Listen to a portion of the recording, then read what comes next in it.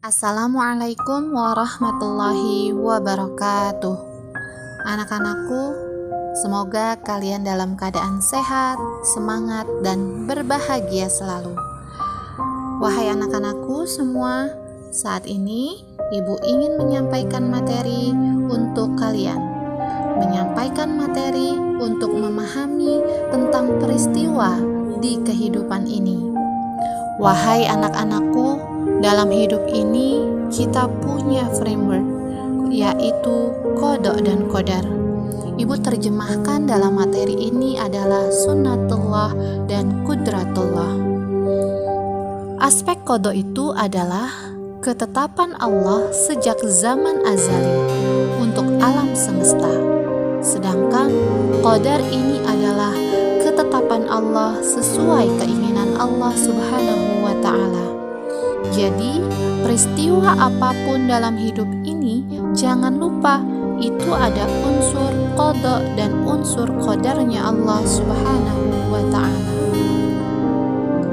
Pada aspek qada ini, ada pola-polanya di alam semesta ini yang telah dipelajari oleh para ilmuwan.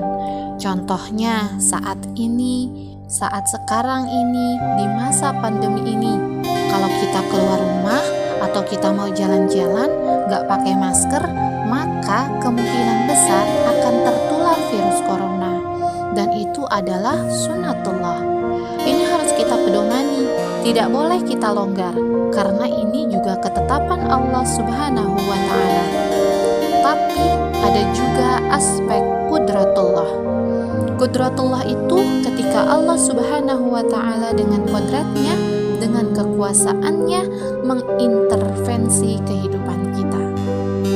Contoh lain, mungkin kita ini tidak terlalu pintar, tapi karena kita rajin belajar dan Allah Subhanahu wa ta'ala maha melihat, Allah terus mengintervensi kita, dan harusnya yang tadinya tuh mungkin nilainya jelek, tetapi ada campur tangan Allah. Allah memberikan kebaikan-kebaikan dan rahmatnya, akhirnya nilai kita bagus.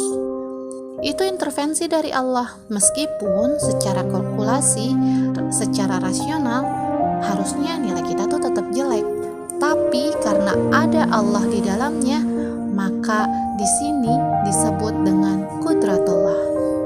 Namun dalam hidup ini kita wajib memedomani juga sunnatullah, termasuk menghadapi pandemi ini. Jangan tiba-tiba sudahlah, ini takdirnya, pasrahkan saja pada Allah. Saya keluar juga bebas-bebas aja, kalau waktunya sakit ya sakit. Rumusnya nggak begitu. Kita hidup harus mengimani qada, mengimani sunnatullah. Jadi tidak boleh sembrono. Sekolah, ya kita wajib belajar. Ingin dapat nilai bagus, ya belajar. Ingin dapat penghasilan yang besar, ya bekerja. Ini sunnatullah, sambil berdoa sehingga Allah ridho. Kemudian yang kita inginkan dikabulkan Allah Subhanahu wa ta'ala. Jadi rumusnya kita menghadapi semua peristiwa ini di sunnatullah dan juga qudratullah. Dua-duanya harus seimbang. Seperti kita sekarang kan kita kebingungan luar biasa mengatasi pandemi virus corona ini. Maka jangan lupa di situ ada qudratullah. Kita masih bisa berdoa, kita masih bisa berharap pada kasih sayang dan kemurahan Allah Subhanahu wa ta'ala. Jadi sebaliknya, kalau kita qudratullah saja, ini membuat kita sembrono, membuat kita nggak hati-hati, membuat kita nggak serius. Semuanya dipasrahkan saja pada Allah. Bukan salah, tapi menurut Bu Yoni ini nggak pas, dosisnya nggak pas. Kita butuh dosis yang mengandung qada juga mengandung qadar Allah. Kita harus memedomani sunnatullah, meskipun jangan lupa ada qudratullah. Jangan sampai akhirnya kita berputus asa.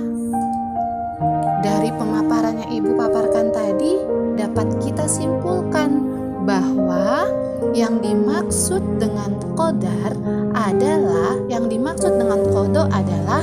putusan Allah tentang suatu perkara sejak zaman azali sebelum adanya alam ini. Itu yang dimaksud dengan qada. Sedangkan qadar berarti ukuran atau aturan yang diciptakan Allah untuk perkara tersebut.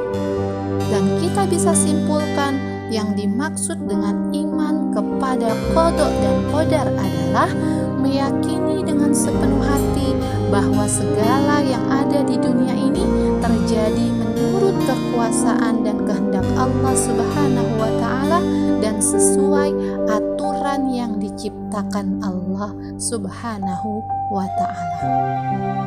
Jika pemahaman terhadap rukun iman yang keenam ini tidak hati-hati, tidak dilandasi dengan iman serta ilmu yang benar, hal tersebut dapat menjerumuskan manusia kepada pola dan sikap hidup yang salah.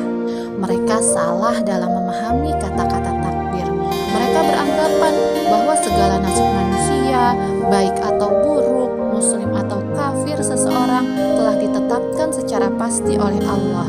Dengan demikian, seluruh aktivitas manusia di dunia ini hanya seperti robot yang sudah diprogram sebelumnya. Oleh karena itu, mudah-mudahan setelah kita mempelajari pengertian dari qada dan qadar, kita semakin yakin terhadap ketentuan-ketentuan yang Allah berikan dan aturan-aturan yang Allah berikan. Terima kasih. Wassalamualaikum warahmatullahi wabarakatuh.